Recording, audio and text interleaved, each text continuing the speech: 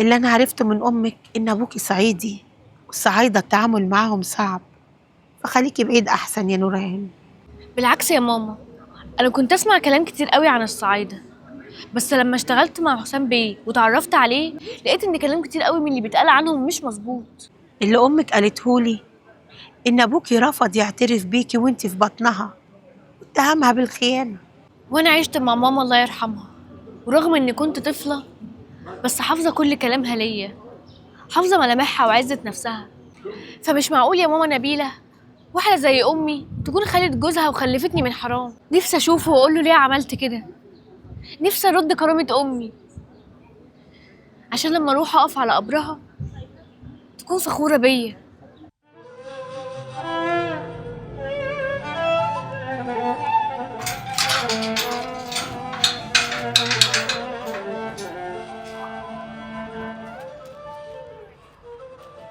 بقول لك ايه، انا هروح اودي العربيه دي للسمكري، ما تيجي معايا؟ سيبك من العربية دي، كده كده حسام بيه ما بيركبهاش، بيركب التانية السوداء. انت مالك بتشوح بايدك كده ليه؟ الراجل اللي اسمه رفيق خرج من السجن، ما تيجي نروح للشركة نكسر عضم امه. الكلام اللي بتقوله ده يا عاطف، حسام بيه لو خد خبر باللي انت بتقوله ده مش هيسكت لك. وانت مفكر حسام بيه طيب يشوفه؟ او مش زعلان على نورهان؟ يا عم زعلان عليها، بس حسام بيه ما بيتعاملش باسلوب البلطجه اللي انت بتتعامل بيه ده.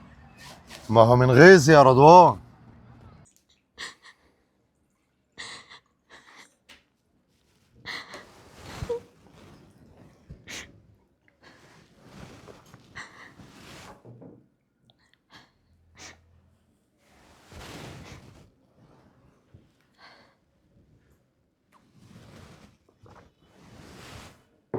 هو انا مش منبه عليك قبل الجواز؟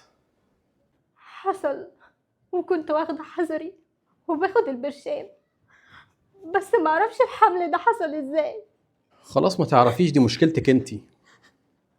انا خلاص صلاتك واديتك حقك، يعني لا انتي ولا اللي في بطنك ليكم حاجه عندي ولا تلزموني.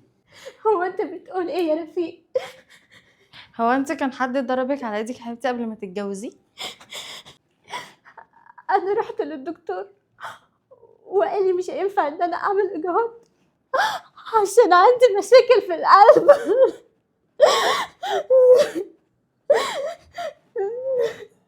لا ما تخافيش، الاعمار بيد الله. انا هبعتك لدكتور وهو هيعملها لك في ثواني. انت عاوز تبعتلي للدكتور عشان يخلص عليا؟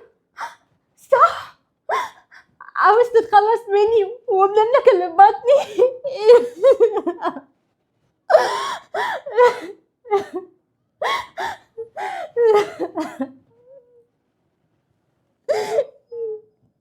ده أسوأ خبر سمعته النهاردة. خلاص اقفلي، اقفلي يا نورهان.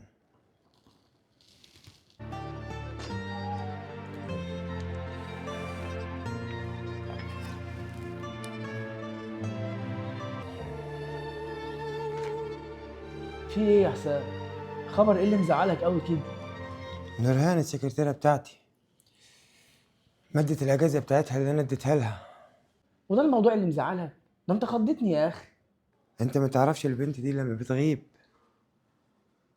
بيحصل فيها إيه يا عبد التواب؟ بقول لك ايه يا حسام، انا مش عايزك تعلق نفسك بالبنت دي اكتر من لازم. نفترض سابت الشركه ولا اتجوزت، تقعد انت بتشحتف عليه؟ والنبي يا عبد التواب افتكر لنا حاجة عدلة. لا افتكر لك ولا تفتكر لي، انا هروح اقضي مصلحتي عشان ارجع لك قبل الغدا، ولا انت عايز تتغدى من غيري؟ لا يا سيدي مش هتغدى من غيرك، وأنا هتصل من دلوقتي وأحجز اليخت اللي هنتغدى عليه. انا دلوقتي يا استاذ عبد الحكيم وحياتي انتهت. انا حذرتك من رفيق قبل ما تتجوزيه، وانت اللي ما سمعتيش الكلام يا شمس. انا غلطانه واستاهل ضرب الجزمه، بس مش عارفه اعمل ايه. انا رحت للدكتور وقال لي مش هينفع انزل الجنين اللي في بطني، فجيت لك عشان عارفه ان انت كنت صديق المرحوم ابوه وتعتبر زي والده. انا هتكلم معاه، بس مش هقدر اوعدك بحاجه، لان اللي زي رفيق بعد وفاه ابوه ما بقاش ليه كبير ولا بيسمع لحد.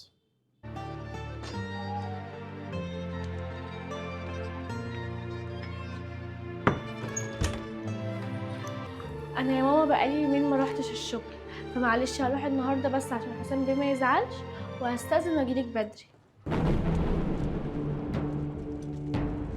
ما تقنعنيش انك نايمه، انت بتصحي الساعه 5 ودلوقتي الساعه 8، ولا انت زعلانه عشان سايباكي ورايحه الشغل؟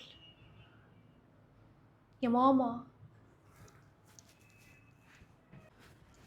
ماما اصحي، ماما.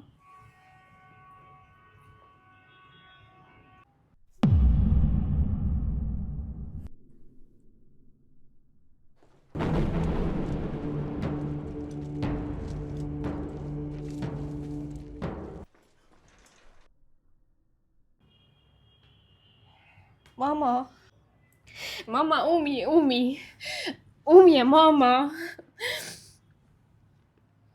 يا ماما، ماما.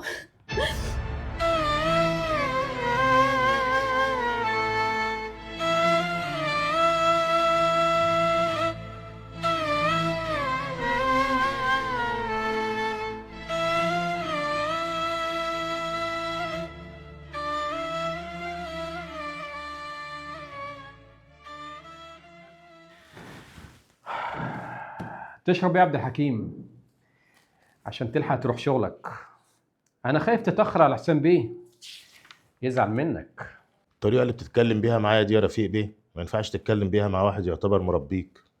انا ما انكرش انك كنت اقرب صديق لوالدي، لكن ده ما يمنعش انك كنت شغال عنده. واول ما الشركه وقعت سبتها واشتغلت مع حسام الهواري. الشركه ما وقعتش يا رفيق بيه، انت اللي وقعتها بعد وفاه ابوك، وشغلي مع حسام بيه نفعك انت اول واحد. ولا انت فاكر لولا انا فتحت لك شغل مع حسام بيه كنت هتعرف تقف على رجلك تاني؟ واديني وقفت على رجلي، والحمد لله شركتي بقت احسن من الاول. ومش عاوز تتعلم الدرس يا رفيق، وانا مش هعيد الكلام تاني. البنت دي لو اتخليت عنها ممكن تتخلص من حياتها، وهتكون انت السبب، وساعتها مش هتعرف تنام الليل. انا قبل ما اتجوزها كنت متفق معاها ان هي ما تحملش، اما بخصوص مش هعرف انام الليل فمش شيلش هم يا عبد الحكيم. الو، الحقني والنبي يا حسام بيه. اهدي بس وفهميني في ايه. ماما ماتت ومش عارفه اعمل ايه، وما لقيتش حد غيرك قدامي اكلمه. قل يتوفاكم ملك الموت الذي وكل بكم ثم إلى ربكم ترجعون.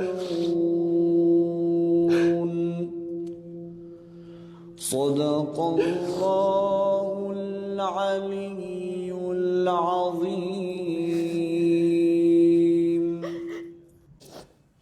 هو ده حال الدنيا يا بنتي، كلنا بنوصل بعض.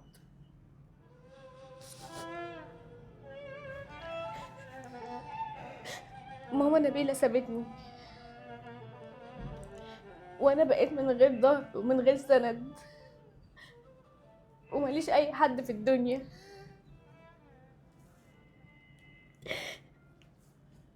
مش عارفة اكمل حياتي ازاي. ما تقوليش كده يا بنتي، احنا كلنا اهلك وناسك، ويعلم ربنا انك دخلتي قلبي من اول يوم شفتك فيه. انا هسيبك النهارده تجهزي هدومك وتلمي حاجتك، ومن بكره هاخدك تعيشي مع ام جميله. لهيب النار في قلبي والليل عليا طال، عايش في جرحي لوحدي ما بقتش اشوف نار. يا دنيا المر فيكي طعمه ولا الصبار، الملح ساكن جرحي والدمع في عيني نار.